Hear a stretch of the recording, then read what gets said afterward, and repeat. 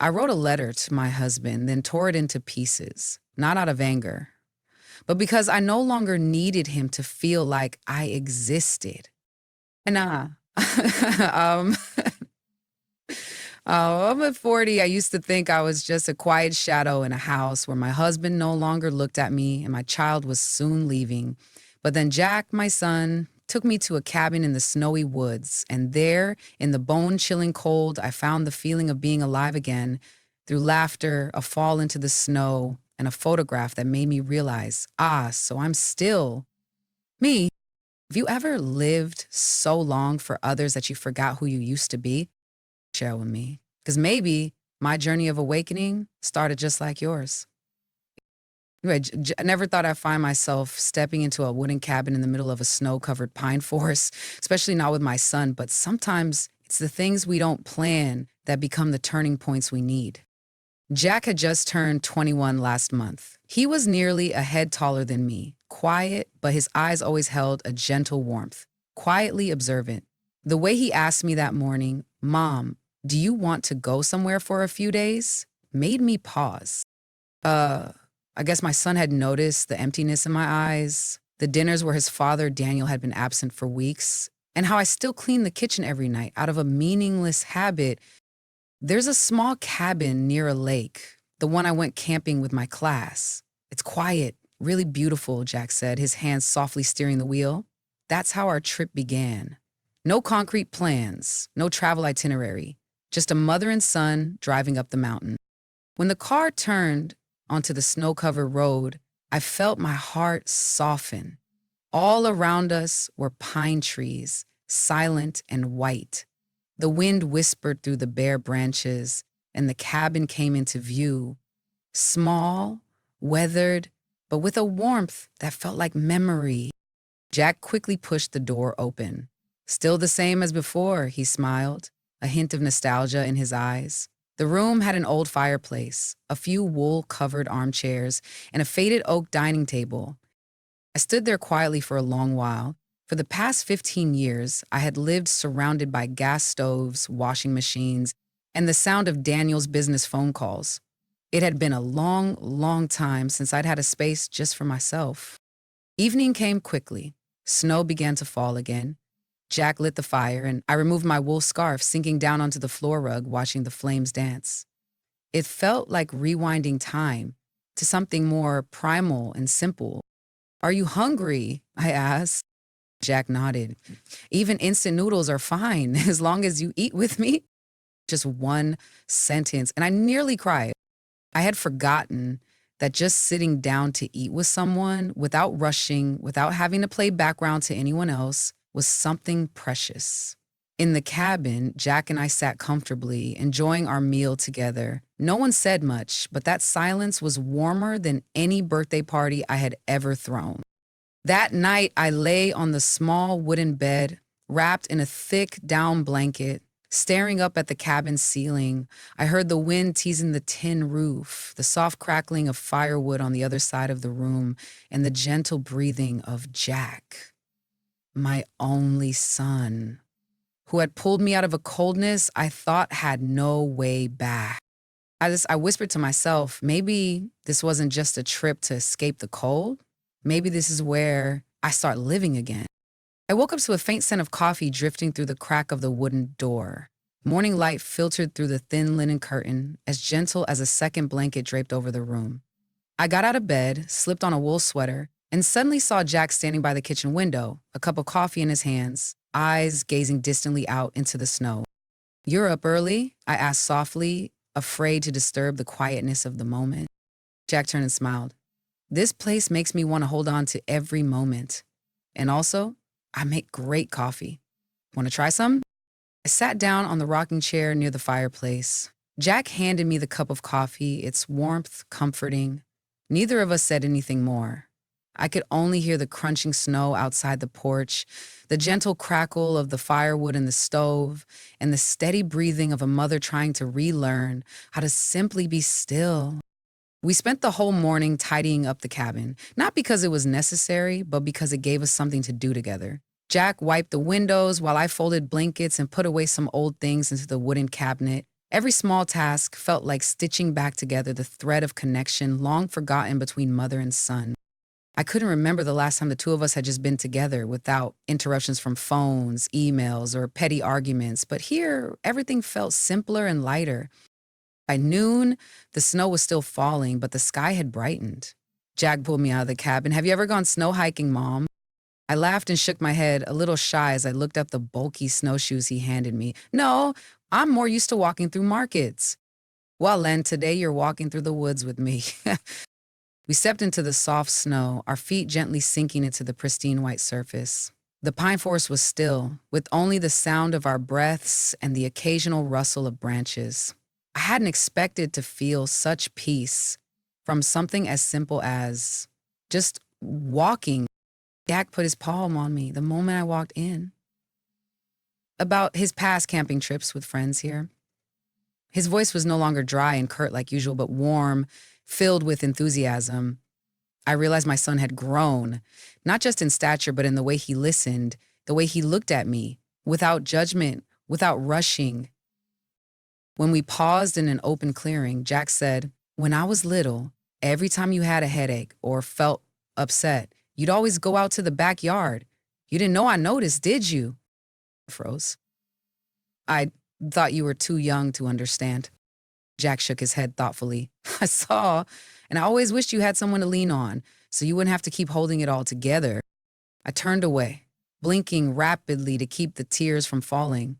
In that moment, I didn't just see Jack as my son, but as a young man, full of understanding and maturity.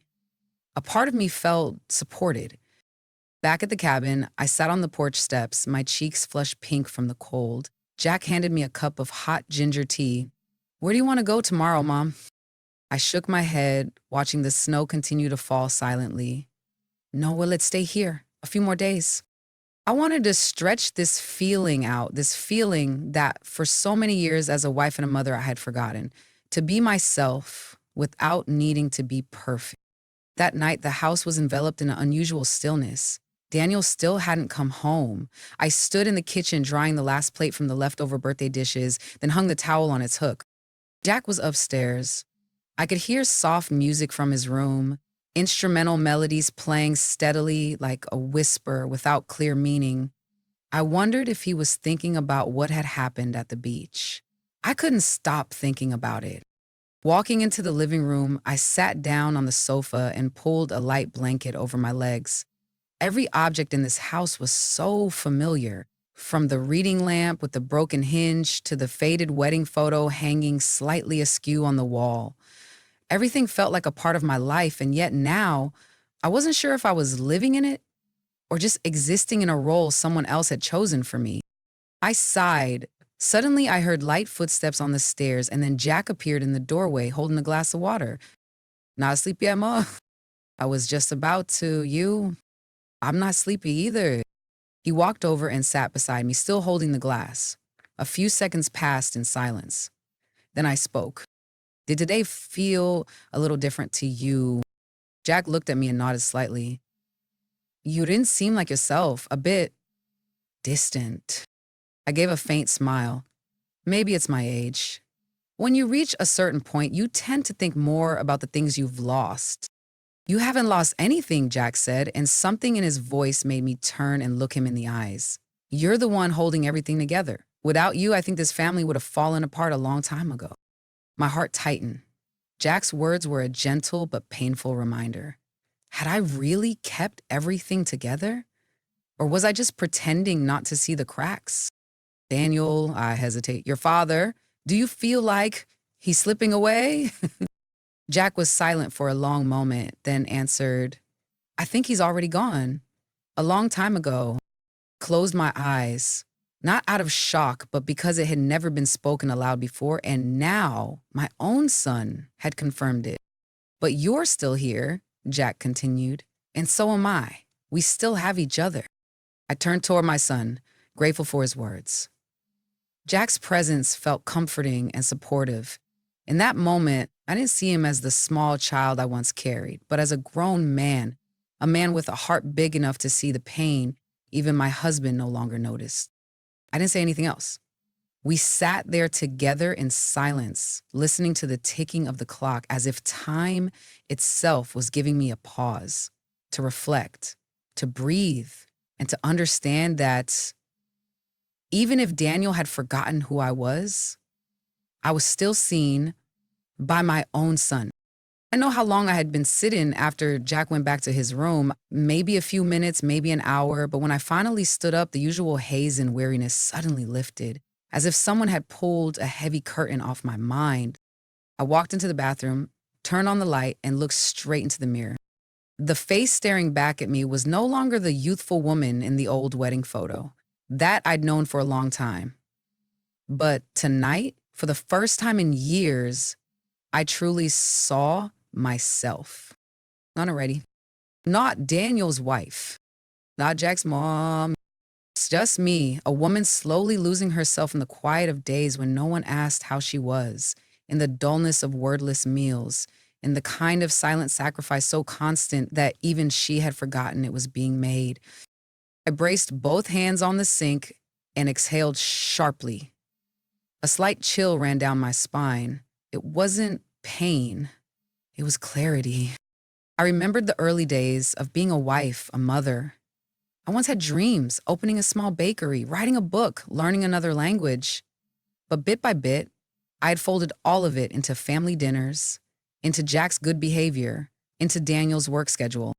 I had lived for everyone else and forgotten this one truth.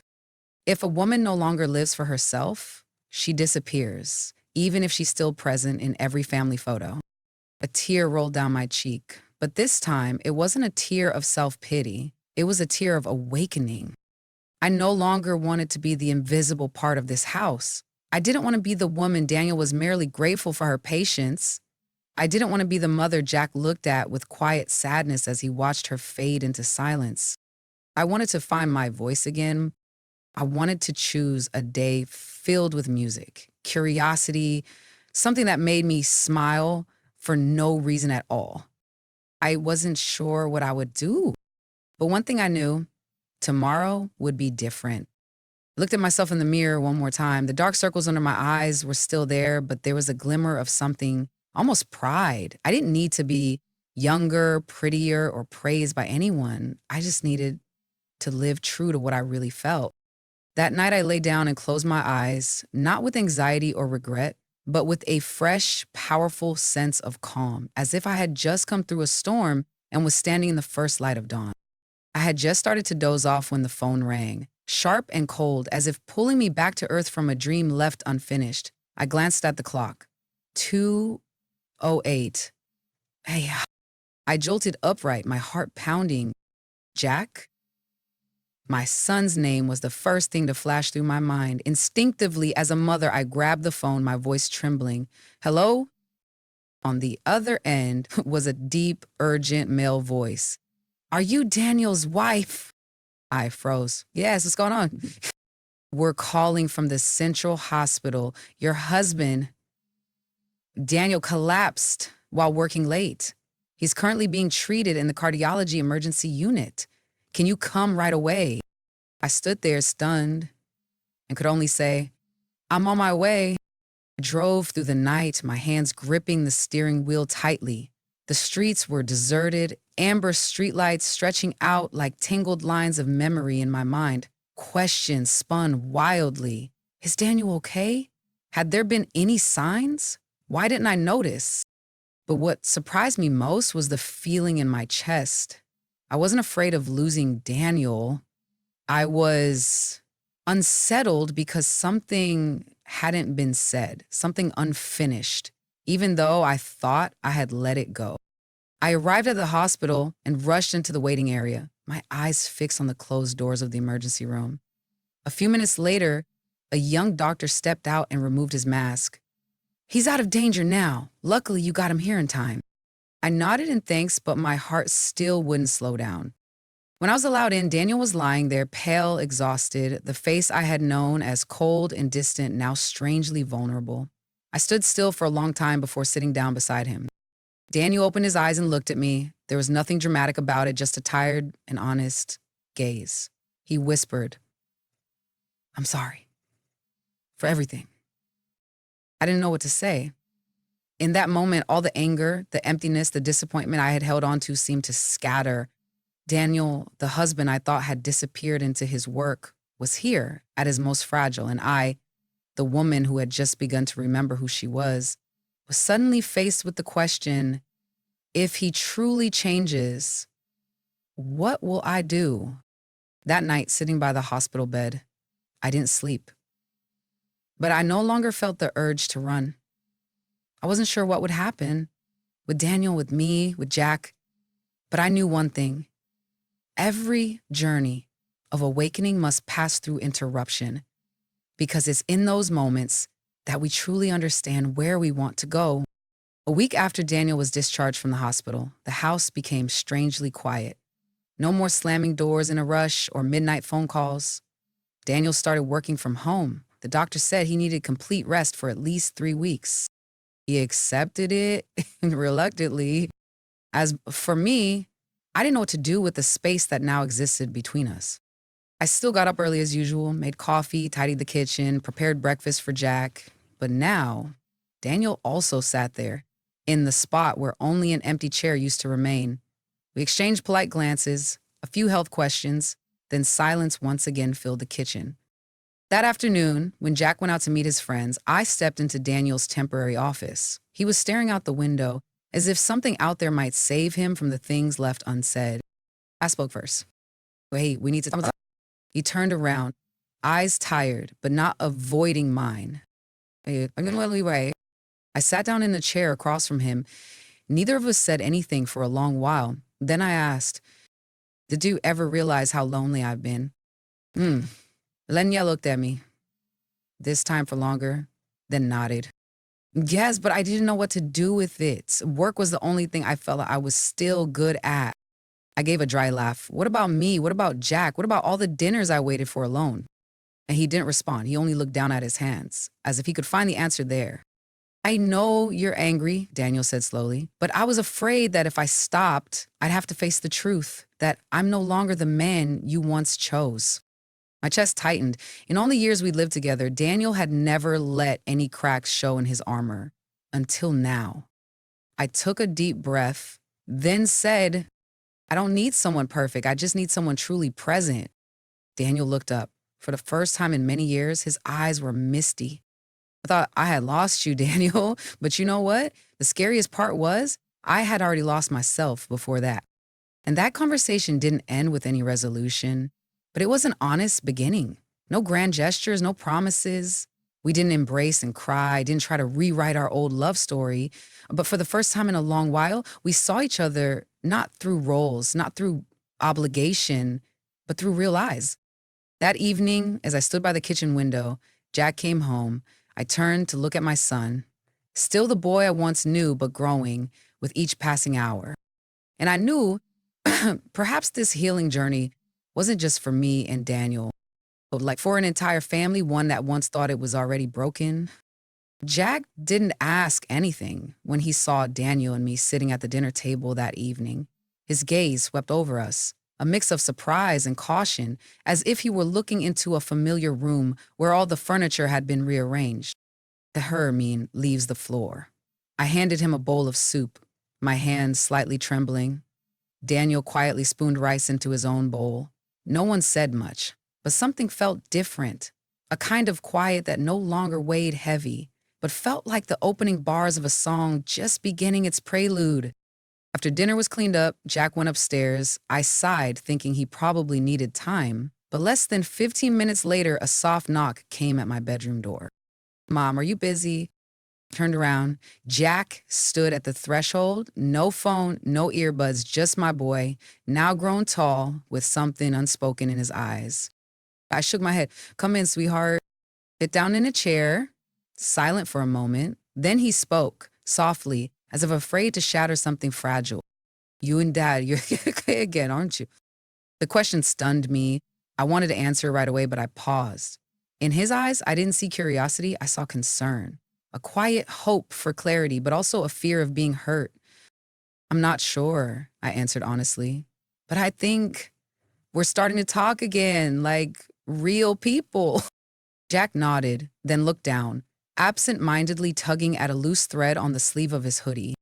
I think I grew up in a house where people talked a lot, but never really said anything real. My throat tightened, and sometimes it felt like I was standing between two strangers trying to keep everything from falling apart. I walked over and sat next to him. I placed my hand gently over his. You don't have to do that, Jack. No child should ever carry that burden. Jack looked up, eyes red-rimmed. But if not me, then who? My heart shattered into pieces. I pulled him into a tight hug, the first real one in a very long time. And in that embrace, I realized something I'd never considered before. It was just Daniel and I who had been worn down by silence. Jack was a victim too, of all the empty spaces we had left behind. After he left the room, I sat alone, restless. Perhaps the journey toward healing doesn't begin with the marriage. It begins with the courage to face the wounds we've left on the ones we love most. A week after the conversation with Jack, the first snow of the season began to fall gently over the backyard. I stood by the window, watching the snowflakes drift down quietly, like time, like things long past. No noise, no brilliance, just a quiet presence. Daniel walked over, holding 2 mugs of hot cocoa, one for him, one for me. We didn't say anything, but our eyes no longer avoided each other. Something had changed, not quite forgiveness, but recognition. I'm trying, Daniel said softly, genuinely.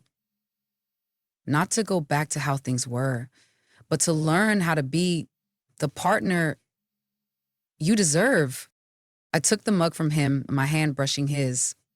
The warmth didn't make me soft, it made me clear. I didn't respond. I didn't need to rush. Neither of us did. Far off, Jack was shoveling snow from the walkway, bundled in a thick coat and a hood pulled over his ears. But I saw him smile when a snowflake landed on his nose, and he tilted his head to the sky, receiving it like a joke from nature. I stepped outside and called, "Careful out there, or you'll catch a cold." Jack turned back and called out, "It's okay, Mom. The snow's thin. It's warm underneath." I stood there for a moment, reflecting on what he just said. Beneath the thin snow, the ground is warm. Maybe that's the essence of this family. Even after the cold, even under layers of silence, anger, or hurt, there's still soil underneath, still a place to take root, to begin again. That evening, the 3 of us sat together at the dinner table. No grand plans, no big celebration, just pasta and toasted bread, a few scattered stories and soft laughter, but I felt more at peace than I had in a long time. I don't know what tomorrow will bring. Maybe Daniel and I will never be what we once were.